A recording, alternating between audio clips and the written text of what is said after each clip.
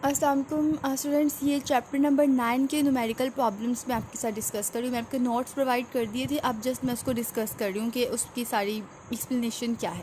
आपको first numerical की statement ऊपर नज़र आ रही है, मैं उसको रीड आउट नहीं कर रही, जस्ट आपको बता रही हूँ कि उसमें क्या इन्फॉर्मेशन गिवन है। सबसे पहले तो उन्होंने हमें लाइट की वेवलेंथ बताई है, वो लाइट जो कि हम इन स्लिट्स के ऊपर फॉल करवा रहे हैं, हम कह सकते हैं जो इन स्लिट्स से पास ऑन करने के बाद स्क्रीन के ऊपर मैक्सिमा या मिनिमा बनाएगी। ठीक है, वो लाइट की क्या वेवलेंथ है तुमने यूज़ की है अपने इस एक्सपेरिमेंट में, यंग्स डबल स्लिट के एक्सपेरिमेंट में, उसकी वेवलेंथ क्वेश्चन में गिवन है, ये रही। और उसी को हमने यहाँ पे लिख लिया कि lambda is equal to 546 nanometre is equal to 546 into 10⁻⁹ metre. Nanometre में थी तो ऑब्वियसली मैं उसको मीटर में कन्वर्ट किया।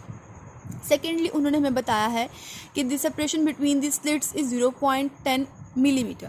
अब ये रही हमारी टू स्लिट्स ए और बी। अब इन दोनों के बिटवीन की जो सेपरेशन है वो कितनी है, डी से उसको रिप्रेजेंट करते हैं, उसकी वैल्यू है 0.10 मिलीमीटर। तो ये याद रखना कि इस जो बिटवीन द स्लिट्स वाला जो डिस्टेंस है वो यहाँ ये वाले पोर्शन में है, और उसको डी, उसका सिंबल क्या है वो भी आपको याद होना चाहिए, डी सिंबल है उसका। अच्छा जी, अब वो भी मिलीमीटर में गिवन है, उसको भी हमने मीटर में कन्वर्ट करना है। उसके बाद अगर नेक्स्ट उसको रीड आउट करो तो उन्होंने बताया है कि जो स्क्रीन का स्लिट से जो डिस्टेंस है वो 20 सेंटीमीटर का है। ये स्क्रीन है, ठीक हो गया, ये आपकी स्क्रीन है और ये आपकी स्लिट है, इसके बिटवीन जो डिस्टेंस है वो 20 सेंटीमीटर है। ठीक हो गया, ये हमें पता चल गया। ठीक है, अब हम लोगों ने इसको भी सेंटीमीटर में तो मीटर में कन्वर्ट किया। अब उन लोगों ने नेक्स्ट बात ये की है, at what angle first minimum fall, first minimum कौन से एंगल के ऊपर जाके फॉल करेगा वो थीटा हमें भी फाइंड आउट करना है। What will be the linear distance on the screen between adjacent maxima. अब बिटवीन एडजांसेड मैक्सिमा स्क्रीन के ऊपर जो बन रहे हैं उनके बिटवीन लीनियर डिस्टेंस क्या है। अगर आपको मैंने बताया था कि स्क्रीन के ऊपर जो पैटर्न बनता है उसमें एक ब्राइट फ्रिंज होती है, एक डार्क फ्रिंज होती है, इस तरह से ही करके वो पैटर्न हमें रिसीव होता है। तो अगर उस पैटर्न की बात करें तो अगर फॉर एग्जांपल इस पॉइंट पी के ऊपर एक ब्राइट फ्रिंज बन रही थी, ठीक हो गया, और उससे नेक्स्ट एक पॉइंट है उसके ऊपर भी एक ब्राइट फ्रिंज बन रही है, तो मिड वाला रीजन क्या अगर डार्क होगा तो इस ब्राइट फ्रिंज से नेक्स्ट ब्राइट फ्रिंज तक का जो डिस्टेंस है उसको हमने फाइंड आउट करना है। और डिस्टेंस को फ्रिंज स्पेसिंग बेसिकली बोलते हैं, और फ्रिंज स्पेसिंग का कुछ इस तरह से डेल वाई की इक्वल होती है फ्रिंज स्पेसिंग, और उसका फॉर्मूला क्या था वो हम लोगों ने यंग्स डबल स्लिट एक्सपेरिमेंट में कैलकुलेट हम कर चुके थे, हम उसी को यूज़ करेंगे।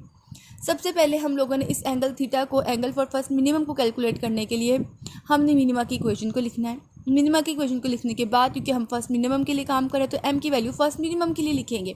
अगर आप लोगों को भूल चुके हो कि यंग्स डबल स्लिट एक्सपेरिमेंट में फर्स्ट मिनिमम के लिए एम की वैल्यू क्या है, तो आपने सिंपल जगह यंग्स डबल स्लिट एक्सपेरिमेंट वाला टॉपिक ओपन करना है, वहाँ पे एम की वैल्यू मिनिमम के लिए देख लेनी है। अच्छा, उसके बाद अभी मैंने यहाँ पे डिनोट की है ये m इज़ इक्वल टू 0, उसको सिंपली पुट करो, इसको सॉल्व करो, क्योंकि हम ये सारा काम थीटा के लिए करें तो हम इस डी को भी राइट हैंड साइड पे ले जाएंगे।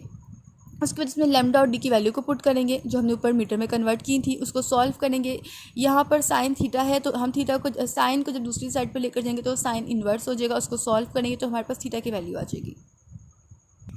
उससे नेक्स्ट हम काम करेंगे फ्रिंज स्पेसिंग के लिए। तो हमें पता है कि the formula for calculating fringe spacing क्या है, del Y is equal to lambda L over D. ठीक हो गया, अब हम लोगों ने इसके अंदर लैम्डा एल और डी की वैल्यूज़ को पुट कर देना है, तो हमारे पास डेल लैम्डा की वैल्यू कितनी आएगी। अब देखो मेरी बात सुनो, ये तीनों की फैक्टर्स की तीन ही वैल्यू डेटा में गिवन है और तीन ही वैल्यू इस फार्मूला में रिक्वायर्ड थी, सिंपल उनको पुट करो, आंसर निकाल लो। आंसर मीटर में आएगा, उसको मिलीमीटर में कन्वर्ट करना है क्योंकि जो है हमें इनिशियल डेटा मिलीमीटर में गिवन था, लेकिन अगर कोई यहाँ पे मीटर तक भी कर लेता तो गलत नहीं होगा। द एंगल एट विच, पर इसको 9 चैप्टर में कोशिश करना है कि ज़रा यूनिट्स चेक कर लेना कि मैंने आज फाइनल आंसर है वो कौन से यूनिट में था, तो कोशिश करने की उस यूनिट में ही ले आओ।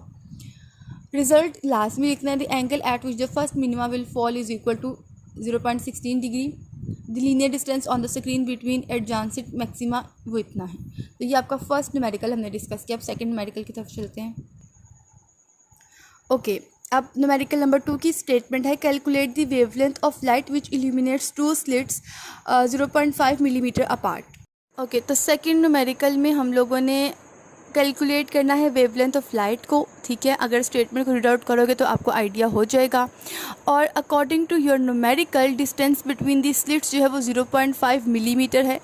यहाँ पर अगर डायग्राम में देखो तो डिस्टेंस बिटवीन द स्लिट्स जो ए और बी मैंने मार्क किए हुए पॉइंट्स, 1 सेकेंड, ये रहे ए पॉइंट और बी पॉइंट, ये डिस्टेंस बिटवीन दिस स्लिट्स को रिप्रेजेंट करवा रहे हैं। और यहाँ पर कितना डिस्टेंस है, 0.5 मिलीमीटर का डिस्टेंस है। ठीक हो गया, मिलीमीटर है तो उसको ऑब्वियसली आप मीटर में कन्वर्ट करोगे। उसके बाद है distance of screen from slits L, distance of screen from slits जो एल है वो 200 सेंटीमीटर है, सेंटीमीटर है तो इसको भी आप मीटर में कन्वर्ट करोगे। उसके बाद है distance of first bright fringe from the central bright fringe, first का सेंट्रल से जो डिस्टेंस है, मतलब कि ये रही सेंट्रल ब्राइट फ्रिंज बिल्कुल इसी जो ये वाली स्ट्रेट लाइन है इसके बिल्कुल सामने जो फ्रिंज बनेगी ना वो सेंट्रल ब्राइट फ्रिंज होगी, और जिससे बिल्कुल ऊपर बन रही है फर्स्ट ब्राइट फ्रिंज होगी। मतलब कि अगर मैं ऐसे लिखूँ कि जो यहाँ पर बन रही है वो सेंट्रल ब्राइट फ्रिंज होगी तो वो गलत नहीं होगा, और यहाँ पर जो बन रही है वो फर्स्ट ब्राइट फ्रिंज होगी। ठीक हो गया। अब वो जो डिस्टेंस होता है ना सेंट्रल से फर्स्ट का, उसको हमने कैलकुलेट करना है। Sorry the distance of first उन्होंने हमें दिया हुआ है, डेटा में गिवन है। ठीक है, सेंट्रल का फर्स्ट से जो डिस्टेंस है उसको सिंपल वाई से रिप्रेजेंट करते हैं। जो फ्रिंज स्पेसिंग होती है ना टू मैक्सिमा के बिटवीन का डिस्टेंस उसको डेल वाई से रिप्रेजेंट करते हैं, लेकिन जो सेंट्रल से फर्स्ट ब्राइट तक का डिस्टेंस है तो उसको सिंपल वाई से रिप्रेजेंट करते हैं। और वो कितना है, 2.40 मिलीमीटर गिवन है, आपने उसको मीटर में कन्वर्ट करना है। अच्छा जी, वेवलेंथ हमने फाइंड आउट करनी है।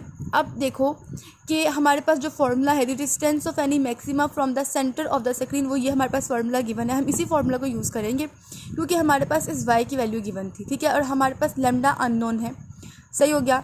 अच्छा जी, for the first order maxima, अगर फर्स्ट ऑर्डर मैक्सिमा की बात करें तो हमारे पास m की वैल्यू क्या आएगी 1। ठीक है, फॉर फर्स्ट ऑर्डर मैक्सिमा, क्यों फर्स्ट ऑर्डर लिया, distance of first bright fringe का ही सारा अमल देखा था, तो इस वजह से फर्स्ट ऑर्डर मैक्सिमा को ही हम कंसीडर करेंगे। m की वैल्यू 1 है, उसको पुट किया। उसके बाद हम लोगों ने बाकी जो है हमारे पास y की वैल्यू उसको पुट कर दिया, l की वैल्यू उसको पुट कर दिया, d की वैल्यू उसको पुट कर दिया। इस सबको रीअरेंज किया लैम्डा को कैलकुलेट करने के लिए, सिंपल लैम्डा की वैल्यू कैलकुलेट कर लिया। उसके बाद ये रिजल्ट ज़रूर लिखना कि वेवलेंथ ऑफ द लाइट हमें कितनी फाइनली अटेन हुई। ओके, अब नेक्स्ट को देखो तो ये थर्ड है। In a double slit experiment this second order maxima occurs at theta is equal to 0.25 degrees, the wavelength is 650 nanometre, determine the slit separation. तो अब यहाँ पर क्या है, बेसिकली हमारे पास the angle for second order maxima 0.25 degrees में given है। वेवलेंथ ऑफ द लाइट जो है वो भी गिवन है 650 नैनोमीटर, उसको लिख लेना है। फॉर सेकंड ऑर्डर मैक्सिमा अब हमें पता है कि सेकंड ऑर्डर मैक्सिमा के लिए m की वैल्यू 2 होती है, फर्स्ट ऑर्डर मैक्सिमा के लिए 1 होती है, तो वो बातें हमें पता है। स्लिट सेपरेशन को फाइंड आउट करना है, हमारा ये अननोन है, तो स्लिट सेपरेशन किसे कहते हैं आपको पता है, ये डायग्राम आपको बता रही है किसे कहते हैं। अच्छा, उसके बाद क्या करना है कि हमने सिंपल फॉर मैक्सिमा की इक्वेशन लिखनी है। उस इक्वेशन में m की वैल्यू को 2 पुट करना है, उसको d के लिए अरेंज करना है। देखो मैं बता दूँ, यहाँ पर मैंने m की वैल्यू को 2 पुट किया, यहाँ पर मैंने इसको अरेंज किया d के लिए, फिर मैंने लैम्डा और थीटा की वैल्यू को यहाँ पे पुट किया और सिंपल उसको सॉल्व करके बहुत सिंपलेस्ट वे में मेरे पास d की वैल्यू आ गई, इसमें कुछ डिफिकल्ट नहीं था। 1 सेकेंड, इसको फोकस क्यों नहीं कर, क्लियर है रिजल्ट, आपने हर प्रैक्टिकल में ज़रूर लिखना है। Okay, so for numerical number 4 उसकी स्टेटमेंट अगर रीड आउट करो, a monochromatic light of lambda is equal to 588 nanometre is allowed to fall on half silver glass plate G1 in the Michelson interferometer. If M1 is moved through a 0.233 millimeter, how many fringes will be observed to shift? अगर मैकल्सन interferometer की बात करूँ तो मैंने आपको बताया था कि इसमें हम लोग स्मॉल ऑब्जेक्ट्स को मेयर कर सकते हैं। वो किस तरह मेयर कर सकते थे कि इसको ज़रा थोड़ा सा मैं आपको ना रिव्यू इसका मैं दे दूँ, 1 सेकेंड। तो यहाँ पर अगर आप देखो, सॉरी जो इतना ज़्यादा एक्सेसिव लिखा हुआ है, just focus on the diagram. तो यहाँ पर जहाँ पे आपको M1 नज़र आ रहा है, ठीक है, इस M1 जो जितना L मतलब M1 मिरर है हमारा और L1 डिस्टेंस के ऊपर M1 मिरर मौजूद है, ठीक है। ओके, सो यहाँ पर हमारा M1 मिरर है और ये L1 डिस्टेंस के ऊपर मौजूद है। तो अगर ऐसा हो कि मैं यहाँ पर कोई ऑब्जेक्ट प्लेस कर दूँ, जिस तरह कि मैंने कुछ इस तरह से ऑब्जेक्ट प्लेस कर दिया, तो अब वो जो M1 है वो यहाँ आ जाएगा इस वाले पॉइंट के ऊपर, मतलब कि M1 इतना डिस्टेंस कवर करके नीचे आ जाएगा। सो वो जो डिस्टेंस कवर करके नीचे आएगा उतना डिस्टेंस हमें पता चल जाएगा कि अगर ज़्यादा डिस्टेंस कवर किया है, ज़्यादा नीचे आ गया M1, तो ऑब्जेक्ट बड़ा है, अगर स्मॉल सा ऑब्जेक्ट है थोड़ा सा डिस्टेंस कवर करके नीचे आएगा। ठीक हो गया। मैंने ये इवन डेट आप देखो मैंने डॉटेड लाइन एक क्रिएट की हुई है और मैंने यहाँ पर λ/2 लिखा हुआ है, स्मॉल सा मैंने एक डबल हेडेड एरो बनाया हुआ है। ये वो डिस्टेंस है जो ये वाला m वाला मिरर मूव करके नीचे आ रहा है, समझ रहे हो। जो यहाँ पर लाइन लिखी है, if m1 is moved through 0.2 millimetre, तो ये वही डिस्टेंस है जो किसी ऑब्जेक्ट को प्लेस करने की वजह से मिरर m मूव करेगा। अब इसमें सिंपल हम करेंगे क्या कि हमारे पास वेवलेंथ ऑफ लाइट गिवन है, उसको अपने सिंपल नैनोमीटर से मीटर में कन्वर्ट करना है। Distance through which m1 is moved, l की वैल्यू गिवन है, उसको आपने उसको भी मिलीमीटर से मीटर में कन्वर्ट करना है। नंबर ऑफ फ्रिंजेस शिफ्टेड को m से रिप्रेजेंट करते हैं in case of Michelson interferometer. उसके बाद आपने फार्मूला एक ही इक्वेशन, इस पूरे टॉपिक को रीड आउट करो, आपको एक ही इक्वेशन मिलेगी, वही इक्वेशन हमने यूज़ करनी है जो माइकलसन इंटरफेरोमीटर की इक्वेशन है। उसको रीअरेंज करो, उसमें जस्ट वैल्यूज़ को पुट करो तो आपके पास m की वैल्यू आ जाएगी। इसमें कुछ भी डिफ़िकल्ट नहीं था। ठीक है, अब नेक्स्ट की तरफ चलते हैं। नेक्स्ट है a second order spectrum is formed at an angle of 38.0 degrees when light falls normally on a deflection grating having 5400 lines per centimeter determined wavelength of the light used।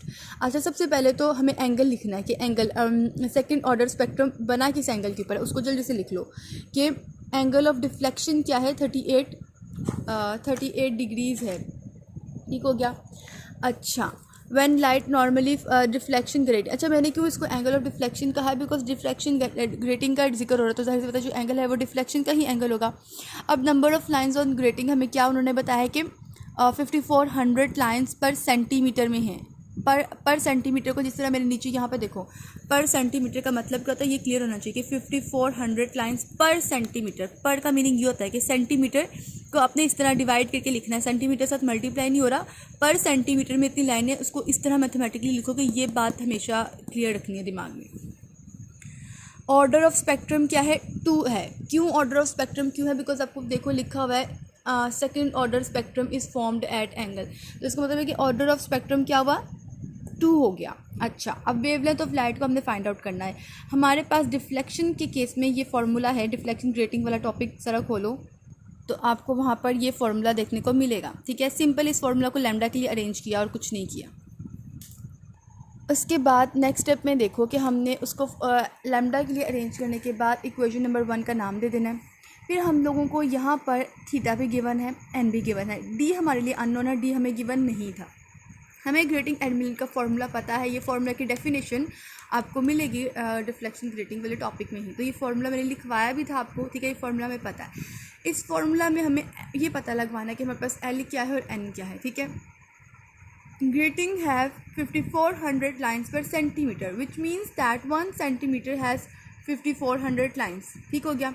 अब मुझे बताओ कि मैं इस तरह लिखूँ कि 1 सेंटीमीटर के अंदर 5400 लाइन्स, तो लेंथ कितनी हो गई जो हम डिस्कस कर रहे हैं, लेंथ 1 सेंटीमीटर हो गई ना, क्योंकि हमें 1 सेंटीमीटर का नॉलेज है कि 1 सेंटीमीटर में कितनी लाइन्स है। तो अगर मैं ग्रेटिंग एलिमेंट कैलकुलेट करना चाहती हूँ तो मैं कह रही हूँ कि मैं 1 सेंटीमीटर में बता सकती हूँ कितनी नंबर ऑफ लाइन्स, उसमें अपना जो एल है वो मैं 1 सेंटीमीटर कंसीडर करूँगी। ठीक है, और जो कैपिटल एन है उसको एज इट इज़ लिख लो।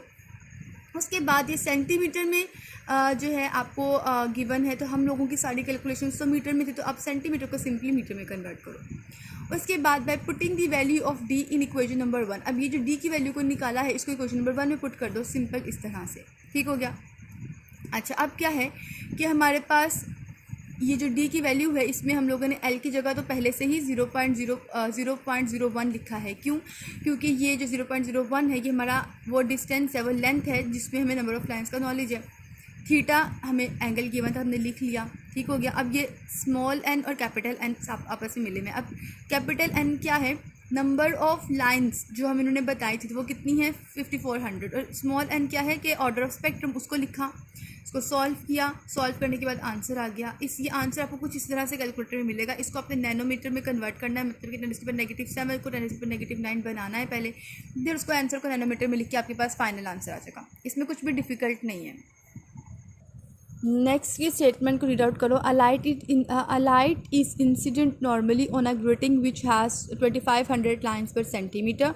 Compute the wavelength of a spectral line for which the deviation in the second order is 15 degrees। अच्छा, अब यहाँ पर देखो the number of lines on grating कितना है, 2500 लाइंस पर सेंटीमीटर। तो उसका मैंने एक पहले ही आपको बता चुकी, क्योंकि आपने पर सेंटीमीटर का मतलब क्या होता है, आपने उसको सिर्फ मैथमेटिकली लिख लेना है, एंगल गिवन है वो लिख लेना है। अब ऑर्डर ऑफ स्पेक्ट्रम क्या है, 2 है। यहाँ पर भी ऑर्डर स्पेक्ट्रम है 1 सेकेंड, हाँ सेकंड ऑर्डर, यहाँ पे लिखा हुआ है सेकंड ऑर्डर। तो इसका मतलब है कि हमारे पास इस वाले न्यूमेरिकल में भी ऑर्डर ऑफ स्पेक्ट्रम क्या है, n=2। अब हमने वेवलेंथ ऑफ द लाइट को कैलकुलेट करना है। ओके, अब यहाँ पर देखो तो हमें क्या करना पड़ेगा, सबसे पहले तो हम लोगों ने ग्रेटिंग इक्वेशन लिखनी है जो हमने लिखी है। ग्रेटिंग इक्वेशन को आपने लैम्डा के लिए अरेंज करके इक्वेशन नंबर 1 बनाना है। उसके बाद आपने ये लाइन को रीड आउट करो जो मैंने लिखी है कि grating have 2500 lines per centimetre. इसका मतलब है कि 1 सेंटीमीटर के अंदर 2500 लाइन्स, तो एल कितना हो गया, 1 सेंटीमीटर। इस 1 सेंटीमीटर को आपने मीटर में कन्वर्ट करना है। इस इक्वेशन को देन आपने इक्वेशन नंबर 1 में पुट करना है। सेम वही काम है जो पिछले न्यूमेरिकल में किया, ठीक है। अब हमारे पास स्मॉल m जो होता है वो स्पेक्ट्रम का ऑर्डर होता है, और कैपिटल M वो नंबर ऑफ लाइंस होती है जो गिवन होती है। बाकी सारी इन्फॉर्मेशन को पुट करो तो आपके पास आंसर आ जाएगा, सिंपल। अच्छा, ये मैं एक जल्दी से बता दूं आपको कि आपके जो न्यूमेरिकल है ना, जहाँ पे मैंने इसमें इंपॉर्टेंट मार्क किया हुआ है, ये वाकई में इंपॉर्टेंट न्यूमेरिकल्स है, तो इनको ज़रा आप लोग भी मार्क कर लो। अच्छा, अब 9.7 न्यूमेरिकल को मैं रीड आउट करूँ जो बहुत इंपॉर्टेंट है। सोडियम लाइट, उसकी वेवलेंथ गिवन है, is incident normally on a grating having 300 lines per centimetre. What is the highest order of the spectrum obtained with this grating. अब हम लोगों ने यहाँ पर हाईएस्ट ऑर्डर ऑफ स्पेक्ट्रम को फाइंड आउट करना है। तो जो गिवन डेटा उसमें क्या लिखोगे, wavelength of the sodium light जो नैनोमीटर में गिवन है उसको मीटर में कन्वर्ट करोगे। Number of lines on grating N, उसकी वैल्यू लिखोगे कि 3000 लाइंस पर सेंटीमीटर है, तो उसको इस तरह से लिखना है आपने।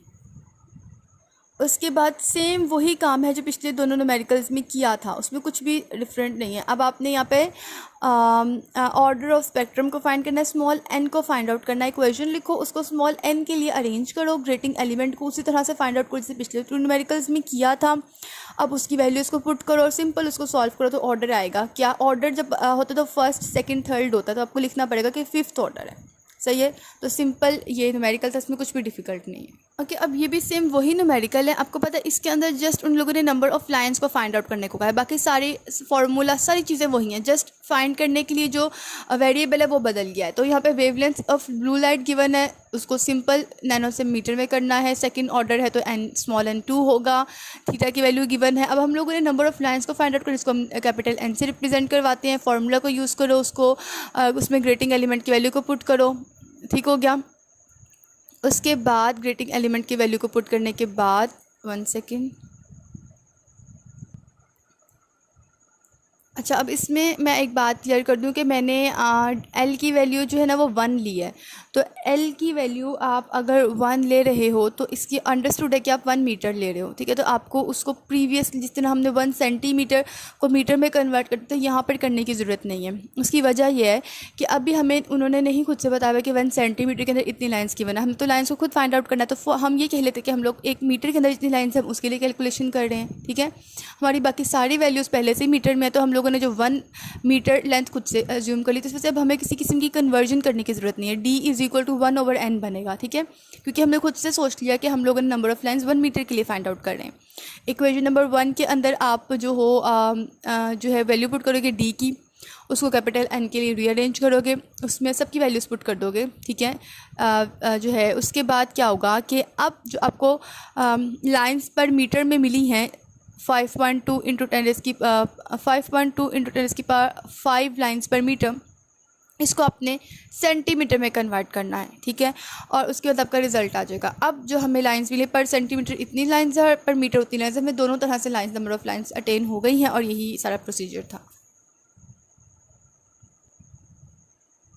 अच्छा, ये बहुत इंपॉर्टेंट है ये न्यूमेरिकल, ये है एक्सरे वाले टॉपिक में से, ठीक है। अब इसमें वेवलेंथ ऑफ एक्सरे गिवन है, उसके बाद फर्स्ट ऑर्डर रिफ्लेक्शन है तो m की वैल्यू 1 हो जाएगी, ब्रैग्स एंगल गिवन है, उसके बाद ऑर्डर रिफ्लेक्शन गिवन है, ठीक है।